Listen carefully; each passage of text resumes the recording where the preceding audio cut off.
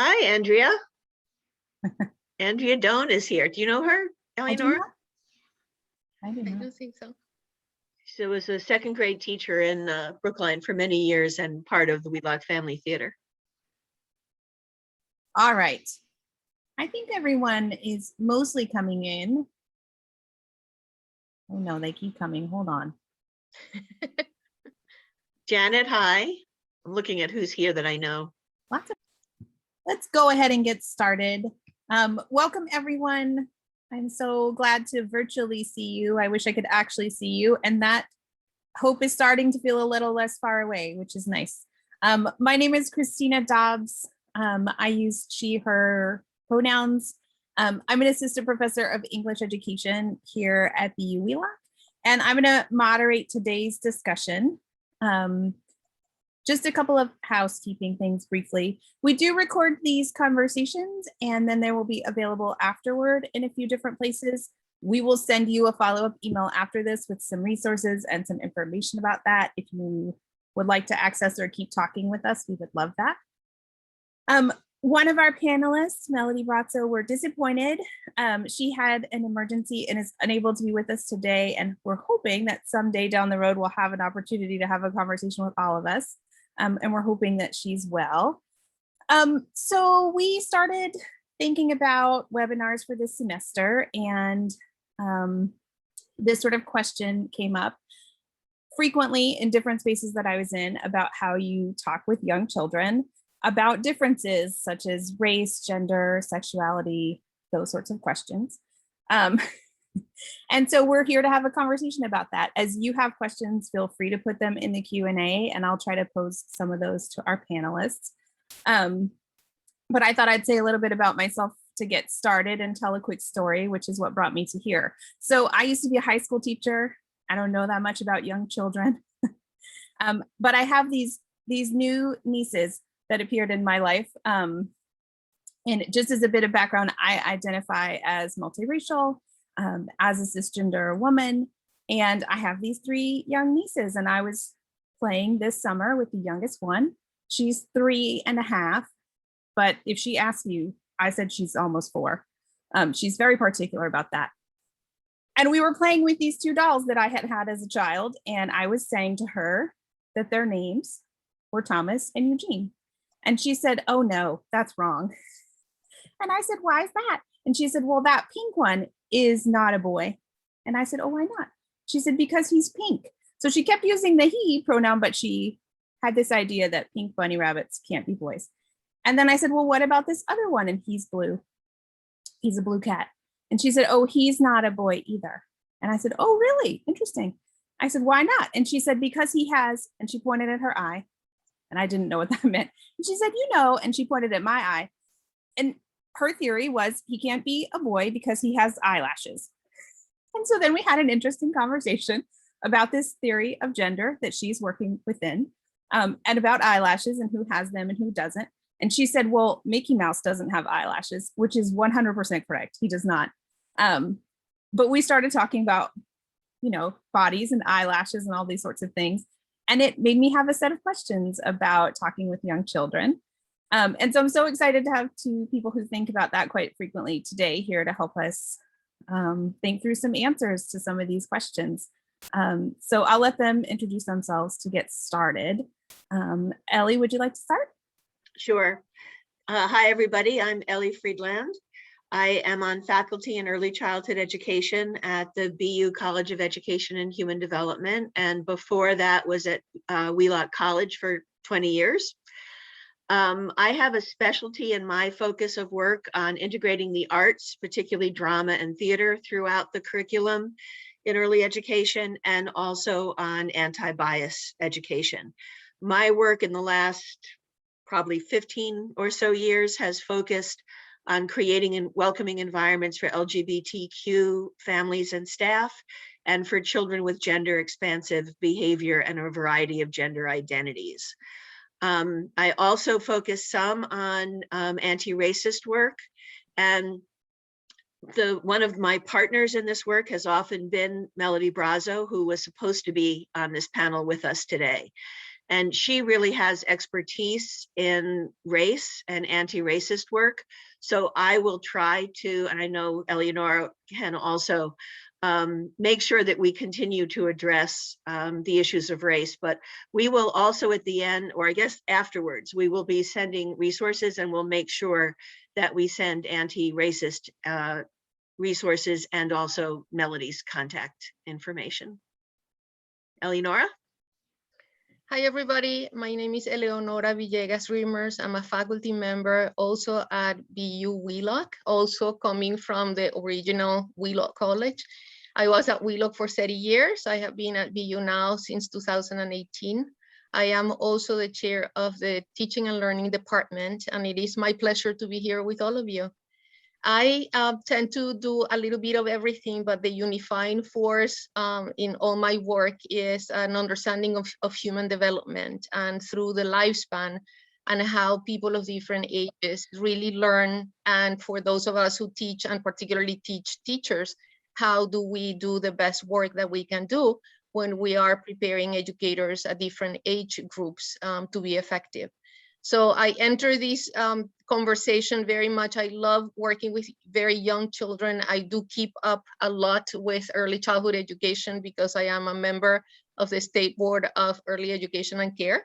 So I spend a lot of my time thinking about very young ones, but also it's a true pleasure actually to just think about, read about, and learn about very, very young children. So I'm very happy to be here with you and share some thoughts today.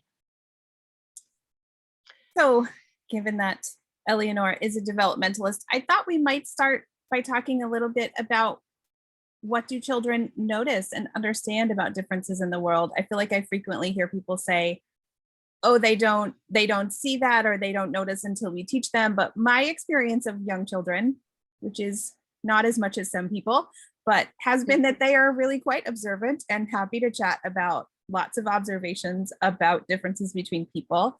So Eleonora, I thought you might start by talking a little bit about what we know about their developing understanding. Absolutely. One of the messages that I hope that everybody takes with them today is children are observing all the time. And very importantly, children are creating what we call theories of mind all the time.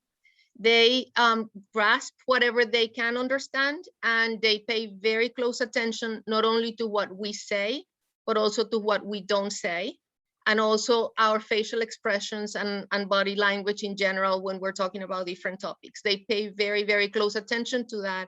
And in doing so, then that takes part of, or it becomes part of the theories that they generate.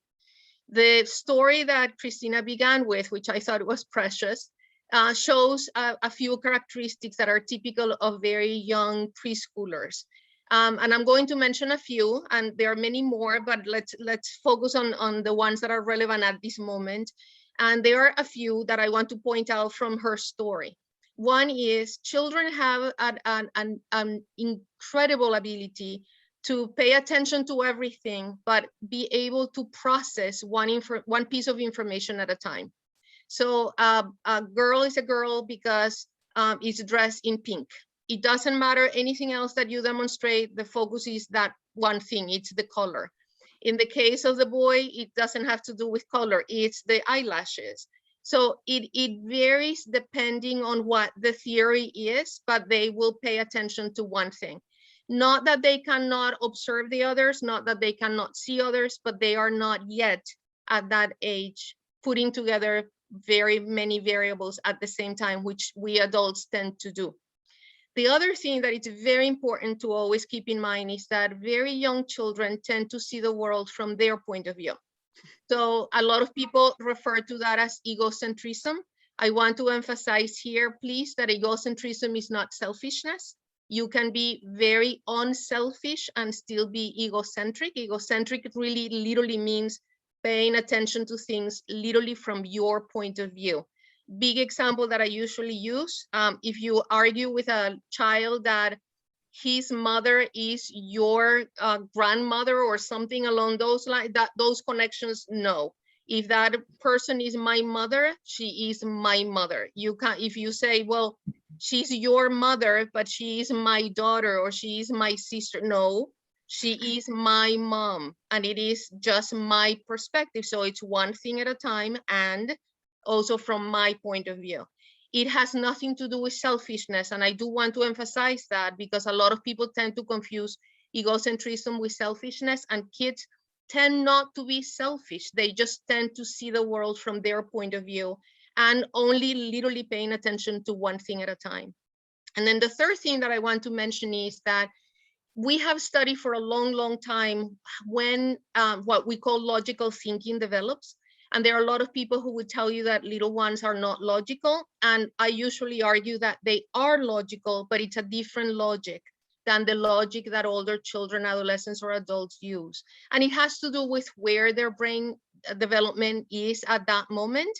And so, yes, sometimes they give you what from the adult point of view appears as irrational explanations, like the blue one is, it's still not a boy, even though it's blue, which is compared to pink, simply because of the eyelashes. That may sound absolutely logical to an adult, but from that child's point of view, the child is connecting one fact with another fact and coming to a conclusion. The fact that one of the facts it's wrong, it's beyond the point. Right now, what the child is doing is connecting points to come to a conclusion, to actually develop a theory. So coming back to the topic of today, think about what that means when we're trying to, in a way, begin to talk with kids about differences. And we are going to try in the hour that we have with you to go not only from what they observe and what they learn, but also how we as adults can talk with them and can help them learn to observe differences in a way that are not differences to become the powerful or the powerless in an interaction. So yes, we are different, but the more important piece is not the acknowledgement of the difference, but also the acknowledgement of the power relationship between the differences in the society where the child happens to be. And that is a lot to put on a young child, but the conversation has to begin at a young age. So let me stop there so that we have a lot of time for conversations. I want to definitely encourage people to put questions in the Q&A, but as you're doing that, I'd like to add to what Eleonora just said and talk about that children are making those theories of mind, whether they express them or not. One of the things that many adults say is, well, I will talk about these difficult topics if my child brings it up or if it comes up in my classroom. And in addition to the fact that children are absolutely noticing differences, they're noticing differences in skin color from a very young age. And they're noticing differences as Christina and Eleonora just described based on Christina's story. They are also getting the message from the adults about the topics that are not to be mentioned. So very frequently, silence from the children is because they have picked up the silence from the adults. And silence about a topic like the ones we're talking about today never indicates acceptance. I think we like to fool ourselves that if we say, well, if I don't exclude people, then I'm being inclusive. Silence is not inclusive. Silence is a signal that there's something taboo about this. We should not talk about it. So as teachers and as a teacher educator, I tell this to my students all the time. We do not wait for it to come up from the children. It's our job to make it present from the time children are young. So a quick example of how to do that, again, based on gender. When I don't have my own children, but I have two godchildren that I was very involved in their upbringing. And from a very early age, their parents said, when you grow up and find someone you love and want to marry, rather than saying a man or a woman, depending on gender. So those subtle messages are either inclusive or exclusive. If we talk to a child about when you grow up and you find a man to marry, that's a very strong message that you are supposed to find a man. And that's, of course, without defining what a man is or isn't. So I want to speak a little bit, again, toward it's our job as grown-ups to bring these topics up. So I think the question of when children bring it up on their own versus when we bring it up either sort of in lots of conversations in passing versus in an explicit, we would like to have a conversation about this topic kind of way. I'm curious if we want to start a conversation about this that isn't, saying the person you're going to marry when you grow up in a sort of conversation about something else. If you wanted to have a conversation about a kind of difference with a young child or a group of young children, what are some suggestions you might make about how to have that conversation and some ways you might go about it? Well, I think it's important that it's embedded in everyday life. Mm-hmm. In the classroom, we would say it needs to be an authentic experience. Mm-hmm. So it would never be, let's sit down and have this important, difficult conversation. It would be, we have lots of toys in our home or in our classroom that are dolls of different colors. We have in our housekeeping corner, we have, this is something an idea I got from a student teacher of mine years ago. In the housekeeping corner in nursery schools, there's often a fight about who gets to be what role. So she made multiple name tags of roles: mom, dad, cousin, auntie. And that, first of all, solves the conflict in terms of who gets to be what role. And it allows multiple mommies, multiple daddies, multiple anything. So the things that we put in the environment can indicate difference, or they can indicate lack of difference.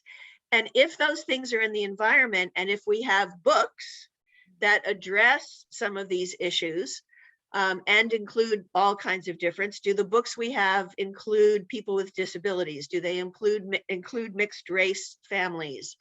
Do they include families with two mommies, two daddies, single parent families, children who don't have a home, children who are in foster care? All of these type of differences, if they are a natural part of our environment, then the children will naturally talk about them and ask about them.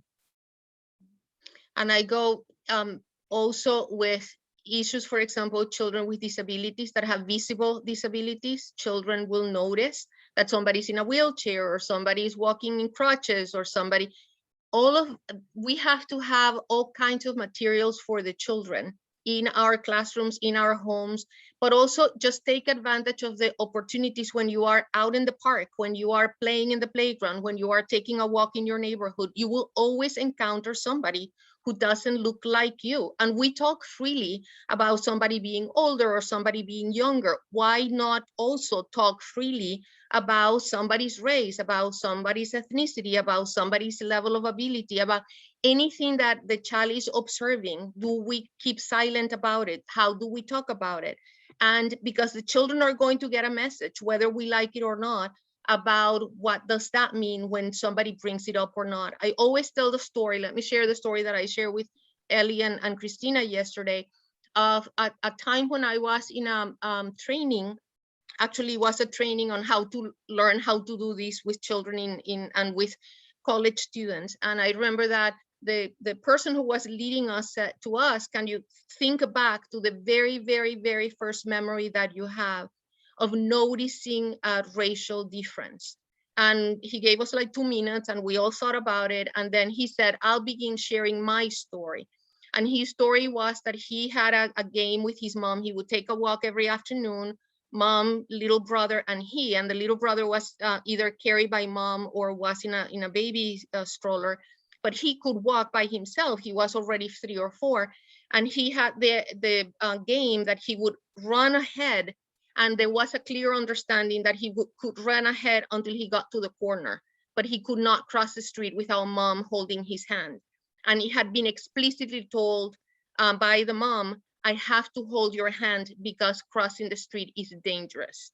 And so he had gotten that message and he was doing what he was always doing. And he said, and at some point, I'm running ahead of my mom, and around the corner comes a man who was very tall, very big, and very dark skin, very black in his skin. And the mother called him, so and so, can you come here?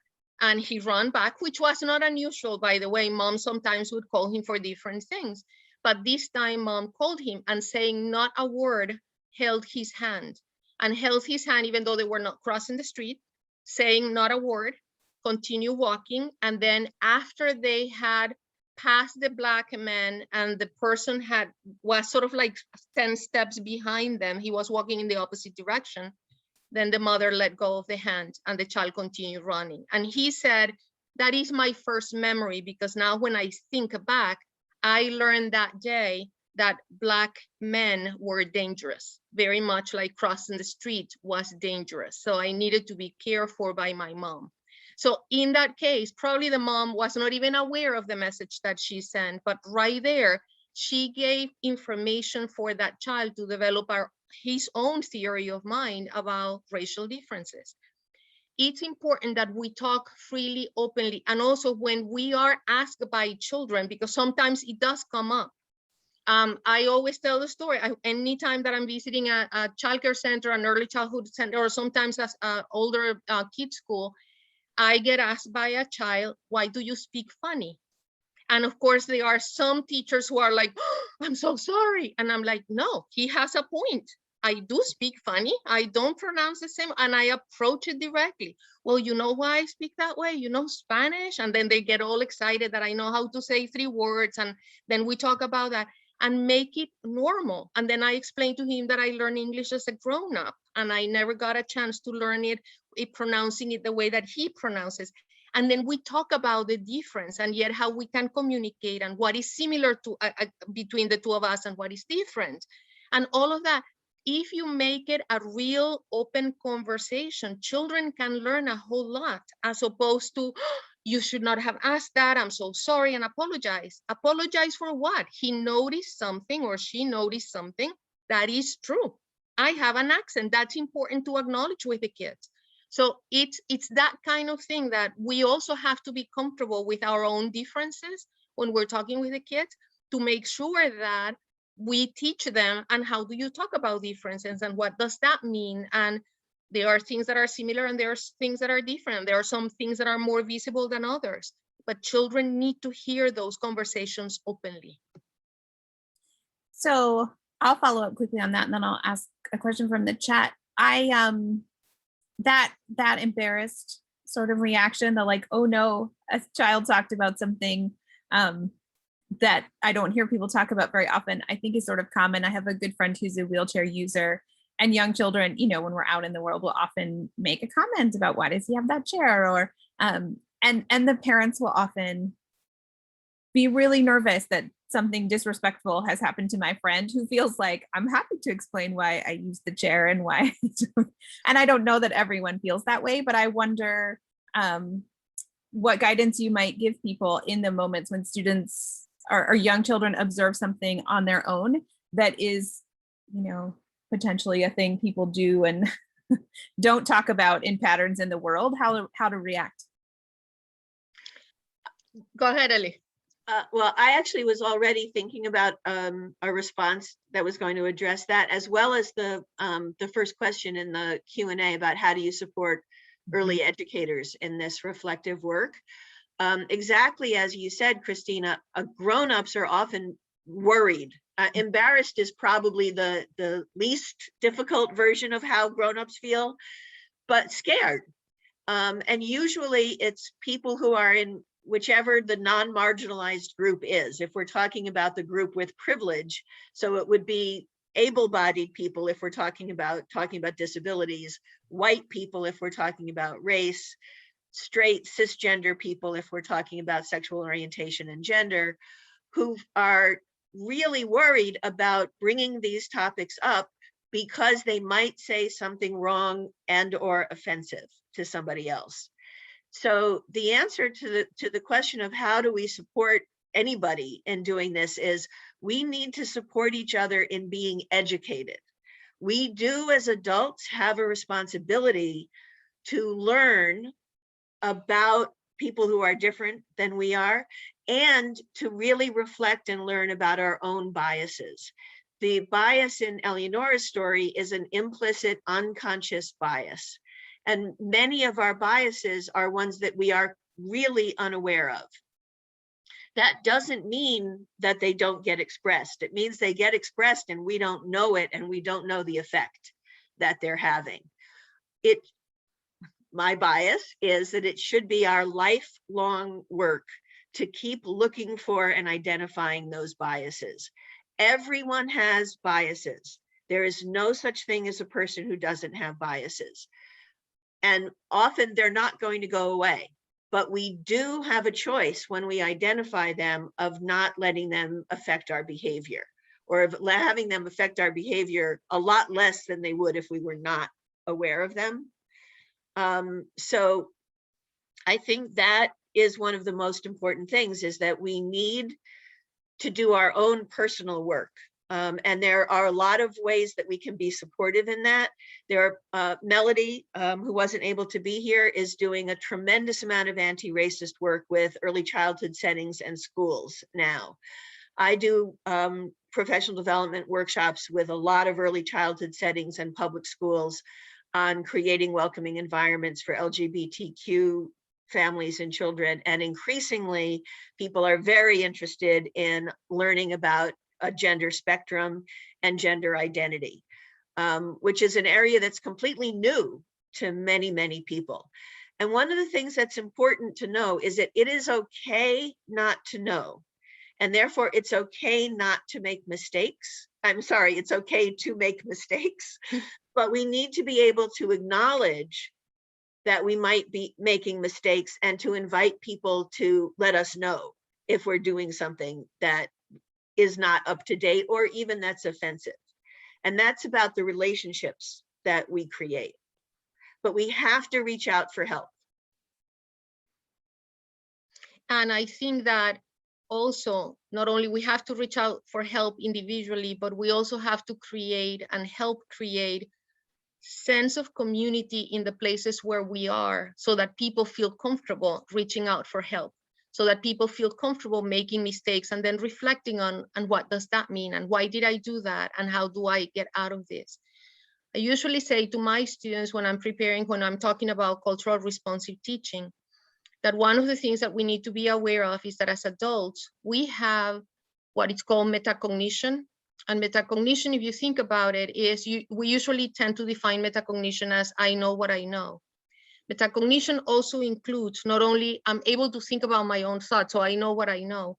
It also includes that I know what I don't know, and I can do something about that.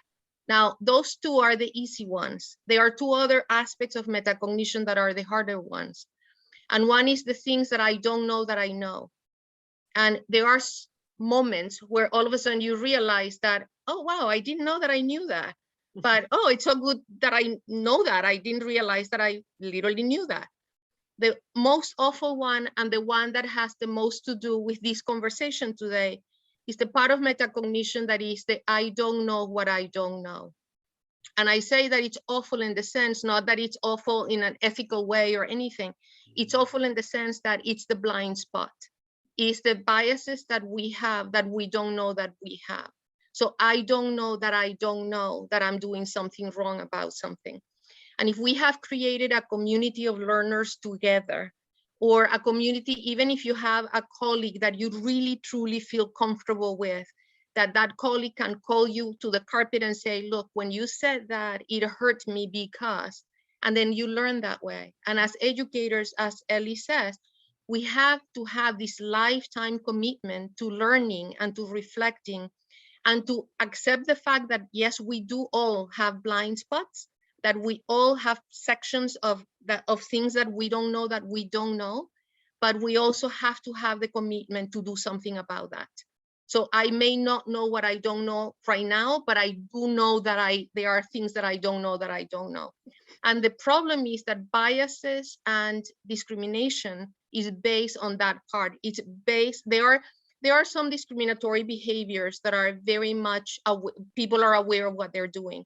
Mm-hmm. But there are many discriminatory behaviors and many bullying behaviors at times that are in the area of the things that people don't know that they don't know. So they cannot correct it unless somebody points it out and brings it out of the blind spot area into the awareness area so that now you can do something about that.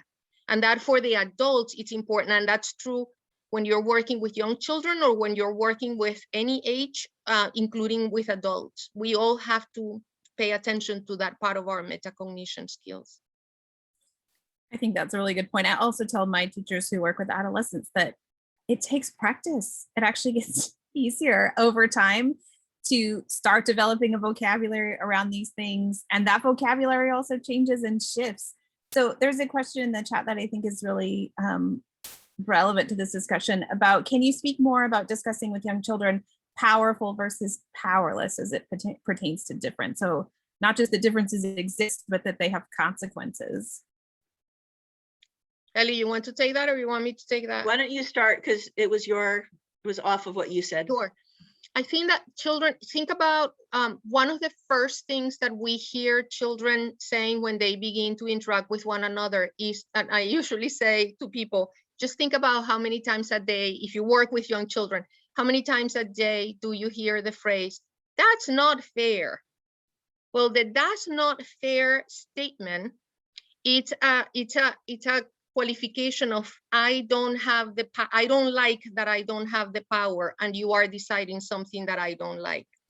Of course, in their way of what I was saying before, egocentric ways, that's not fair could be, it's not fair to me, and it's not the way that I like it. And we can take those opportunities, whether they are the ones that actually they are not being fair to, or they are the ones that are causing somebody not to be in a situation that is not fair. That is probably the easiest entry point to begin discussing with children issues of power and powerlessness. So literally when they say, "But that's not fair," stop and say, "Tell me more about why. Why do you think that it's not fair?" And engage the child in a conversation about what makes something fair or not fair. Because they will be able to explain you, not in the most logical or sort of in-depth way, but in a very, very clear way, how they are feeling that they are not being treated the way that they would like to be treated, or the way that they perceive that others are being treated and they are not. And to begin the conversation that way opens up the conversation of, some people have more power than others. Some people can do something and other people cannot do that. And we teach them usually, if you think about in early childhood, we say, well, they have to learn to take turns. They have to learn to plan. We have all those kinds of strategies. In a way, we also need to help them begin to think about, and it will take practice and time. This is not something that you can teach in one moment.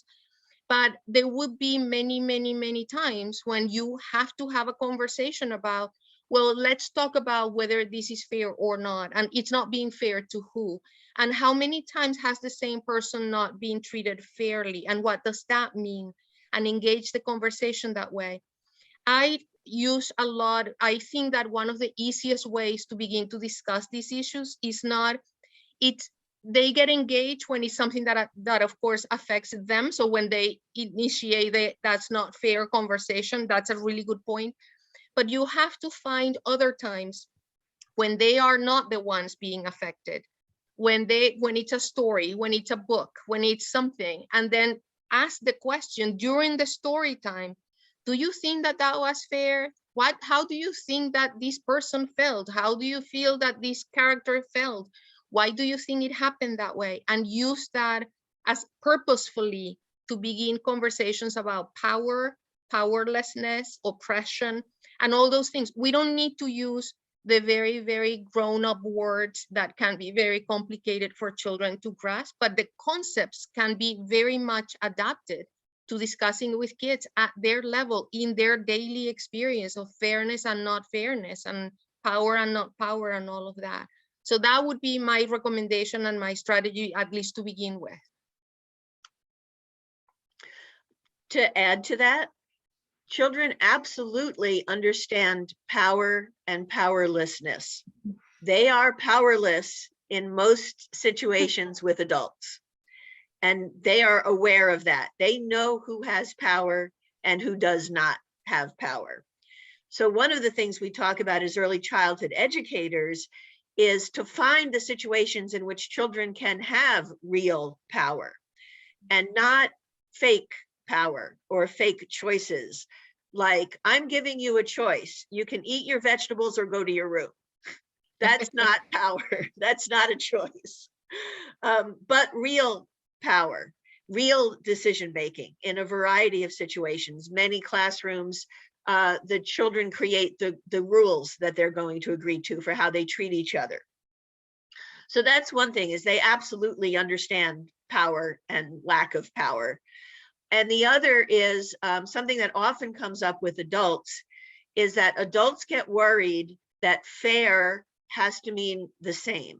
Mm-hmm. That in order to be fair, Johnny and Sally have to be treated the same, they have to have the same, they have to have the same rules.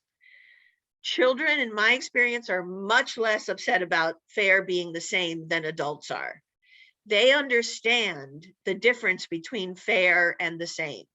One constant example that I see all the time in classrooms, say you're having circle time, and the rule for circle time is everybody has to sit in their spot. But there's one child who runs around the circle and doesn't sit down, and the teacher doesn't do anything to stop them. Children know that person is not, for whatever reason, able to have that rule, and it's okay. They may question it, but once you explain it, this is what so-and-so needs in order to be able to participate in circle, then they go, oh, okay. It's the same as when somebody says, and this is one adults are afraid of too, if somebody's skin is darker, can I wash that off? Is that dirty? You know, adults often go, oh no, he's asking that question, they're asking that question. The answer is no, it doesn't wash off. People's skin is their skin, and it's different colors. Not a problem that they ask it. The same that you were saying about people in wheelchairs. The levels of unconscious discrimination against people with disabilities is extreme, same as it is with race, multiple times a day. I have a friend who uses a wheelchair also, and I cannot describe the number of times before COVID that we have been out in restaurants together, and a wait person will look at me and say, what does she want? Like, what? We were also crossing Huntington Avenue once, very busy street. And all of a sudden we both kind of screamed because somebody came up from behind her and started pushing her chair. I was obviously with her and was not pushing her chair. Somebody had the nerve to take that kind of action without saying anything to her. It was terrifying. We were halfway across the street. People think they're helping very often, and it ends up being discriminatory, even frightening experiences for the other person. Yeah, I think it's definitely true that a lot of times people think, well, maybe I'm not helping, but at least I'm not hurting. If I'm not hurting anyone, if I tell the child to be quiet, or if I shush them and act like that is not something we should talk about, I'm not hurting the person with my friend, the person in the wheelchair. And, you know, he's like, I'm happy to talk with a small person who just noticed that I move around the world differently about why that's happening. And I feel invisible a lot in my life when people don't look and talk with me. And he's like, I actually really love kids because they will talk to me, and they will, you know, they'll talk to me and ask questions and that sort of thing. And so I think people's fear of hurting sometimes leads to hurting in ways that they don't anticipate and that are sort of complicated to unpack. So I have a question for Eleonora, but I'm also going to remind people in the chat, in the Q&A, to post a lot of questions, because we want to know what you want to know and just not what I personally want to know about my nieces. Eleonora, when you were talking, you said we can find ways to talk about these issues in ways that young children can understand, using terms that they understand. And I think sometimes people feel nervous about that part of it. Am I going to use the right words? Am I going to choose words that children will know? Am I going to find myself having to explain things that they don't know? That sort of thing. So when you're working with early educators, how do you suggest that people think about terms that children will understand, and how to go about thinking about that? I think that it is important for us to think about, there is a language of oppression, there is a language of difference, there is a language that we use.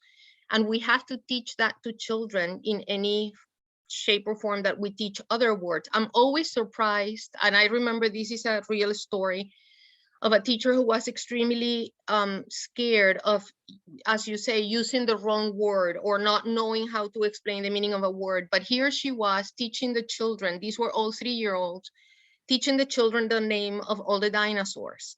Well, I know T-Rex. That's my knowledge of dinosaurs. I have never taken the time to learn the names. Probably I could say some in Spanish. I don't know any in English except the T-Rex. But if you talk with a child who's into dinosaurs, they can tell you the most complicated words and names and describe the dinosaur to you and everything. We talk with kids about metamorphosis when we're talking about caterpillars becoming butterflies. And we go into that process with 3- and 4-year-olds, and we never question that as a complicated anything. So the fact that we call complicated talking about race or ethnicity or differences in a level of ability or any of that, that's us. That's not the children. The children will hear any word, whether simple or complicated. And if they don't know the answer, they will say to you, what's that? Or what does that mean?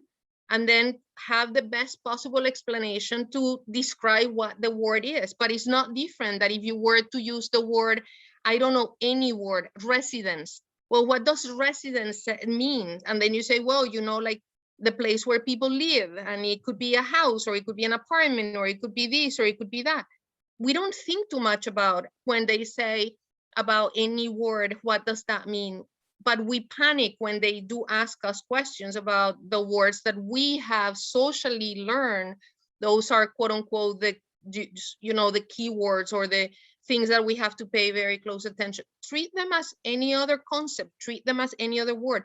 The more that we normalize the conversation, the more that we normalize the topics, the better it is, because then we take away that fear of, oh, you cannot ask that, or we cannot talk about that. No, this is one other word. This is another concept. Let me explain it to you if you have questions.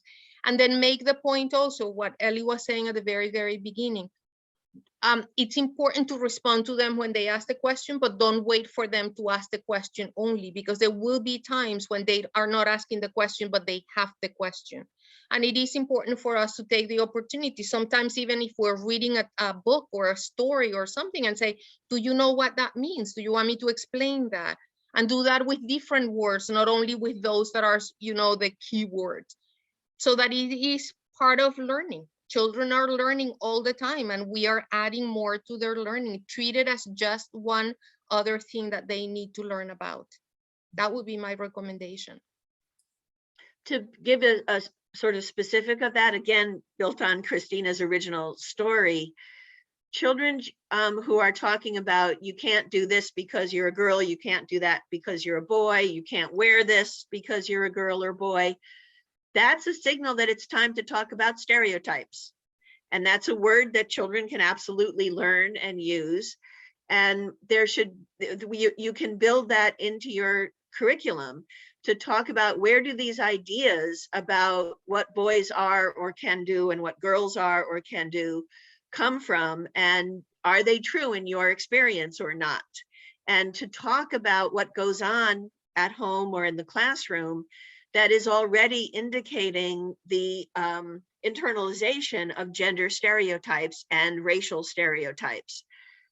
Gender comes up all the time in the classroom, and we gender things all the time without being aware of it.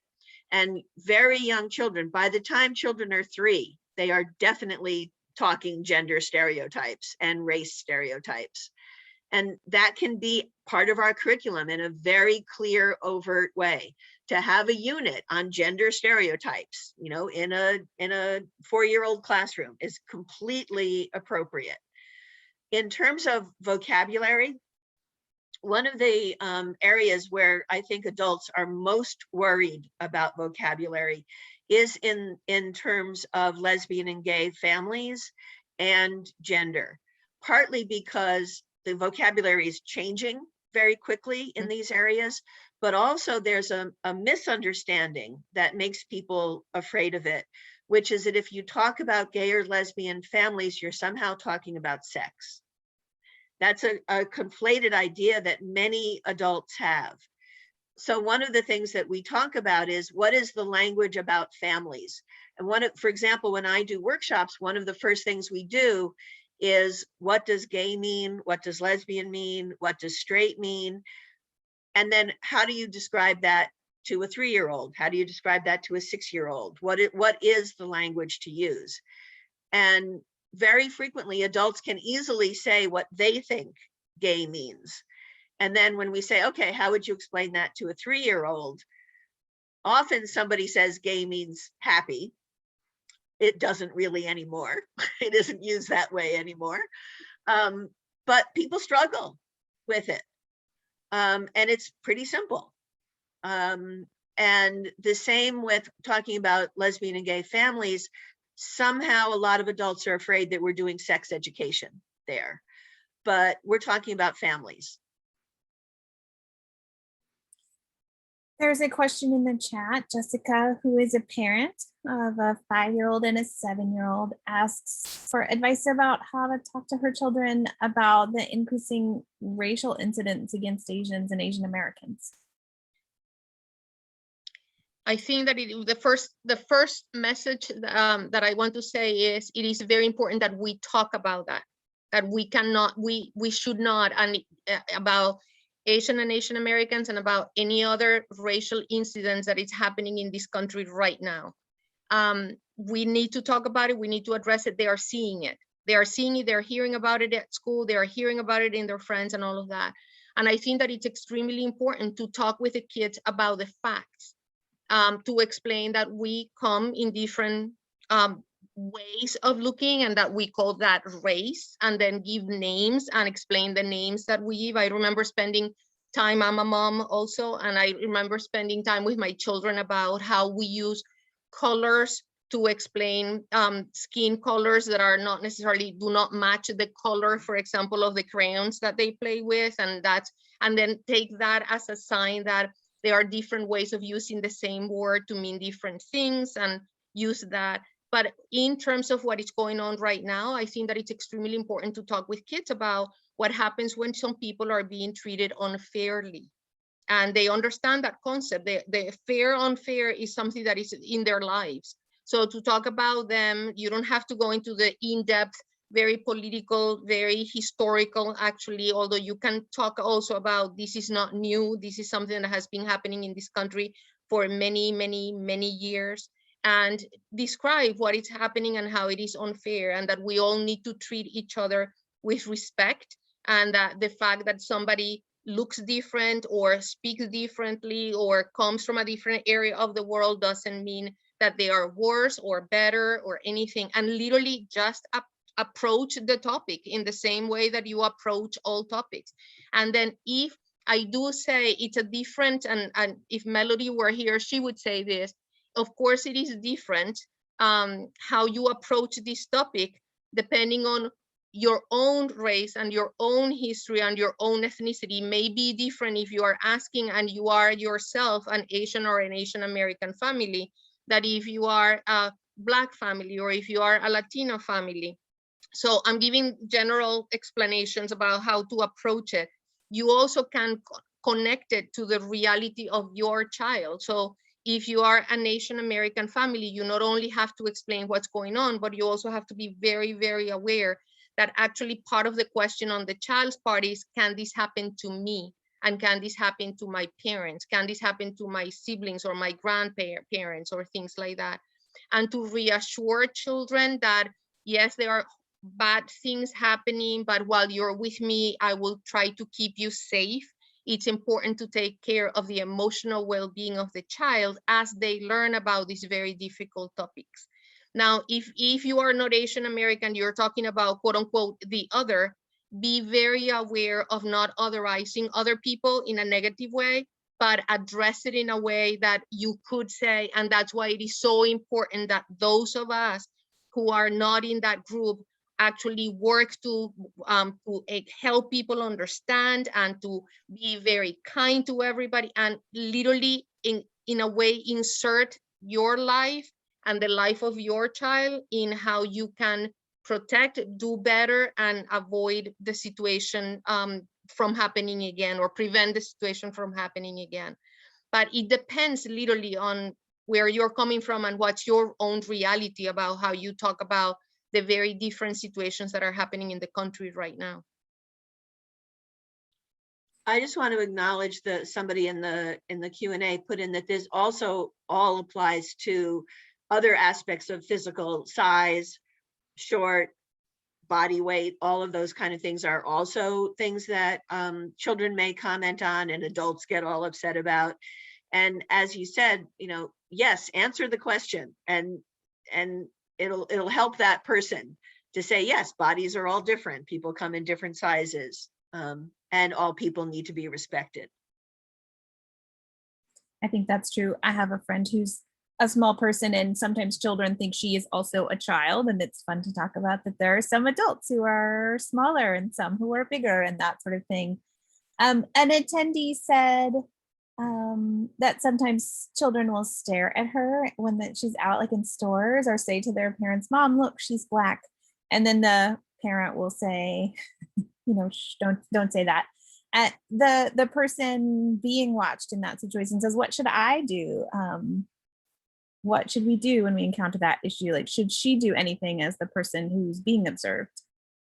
My approach, particularly when children say to me, why is she speaking funny, or anything other difference that they may notice about me, is to reaffirm, you are right. That's the first thing, is not deny.